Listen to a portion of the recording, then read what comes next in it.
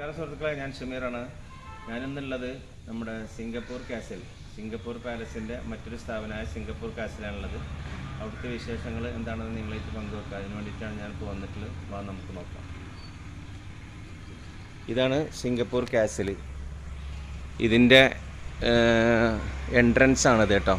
ഇത് വരുന്നത് എവിടെ വെച്ചാൽ നമ്മുടെ എടക്കര മിനി സെൻറ്ററിൻ്റെ ബാക്ക് സൈഡ് പുന്നൂർ ഗ്രാമപഞ്ചായത്തിലേക്ക് ഇറങ്ങുന്ന ആ സ്ഥലത്താണ് നമ്മുടെ ഈ സിംഗപ്പൂർ കാസിൽ ഇവർ തുടങ്ങിയിട്ടുള്ളത്. സിംഗപ്പൂർ പാലസിൻ്റെ മറ്റൊരു സ്ഥാപനം. അവിടെ ഇപ്പോൾ ആക്ടിവിറ്റീസ് ഇല്ലല്ലോ. റോഡിൻ്റെ എന്താ പറയുക, വികസനം കാരണം അതിപ്പോൾ കുറച്ച് ഭാഗങ്ങളൊക്കെ പൊളിച്ച് നീക്കിയിട്ട് അങ്ങനെ ഇട്ടൊക്കെയാണ്. അപ്പോൾ ഇതൊരു മിനി ആയിട്ടാണ് തുടങ്ങിയിട്ടുള്ളത്. ഒരു 1000 ആൾക്കാരുടെ ചോടൊക്കെ ഉള്ള പരിപാടികളൊക്കെ നടത്താനുള്ള സൗകര്യമാണുള്ളത്. ഒരു സൈഡിൽ നല്ല മഞ്ഞ മുളകളൊക്കെ വെച്ചിട്ട് ഇങ്ങനെ അടിപൊളിയാക്കിയിട്ടുണ്ട്.